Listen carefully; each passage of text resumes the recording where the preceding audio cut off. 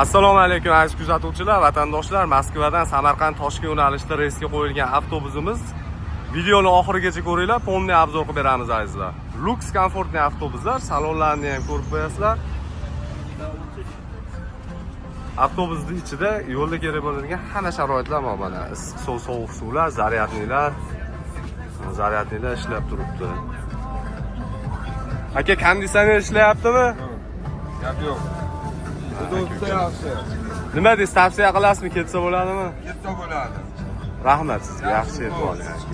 Hamma yo'g'i yaxshi. Rahmat. Ko'rib turganlaringdek, konditsionerlar ishlab turibdi, zaryadni ishlayaptimi aka, zaryadni? Mana. Gap yo'q, rahmat akalar. Sankt-Peterburgdan Moskvadan O'zbekistonga ketmoqchi bo'lganlar Lux komfortli avtobuslarda joylarini band qilib, bemalol shu ekranda qoldirilgan raqamlarga aloqaga chiqaverasizlar. Monitorlar ham ishlayapti. Ikkitadan monitorlari ham bor. Uzoq yo'lga ham qiynalmay, charchamay yetib olsa bo'ladi. Sideniyalar oralari ham keng, zavodskoy. Shoshiling, nomerlar ekranlarda qoldirib qo'ydik azizlar, bemalol telefon qilaverasizlar.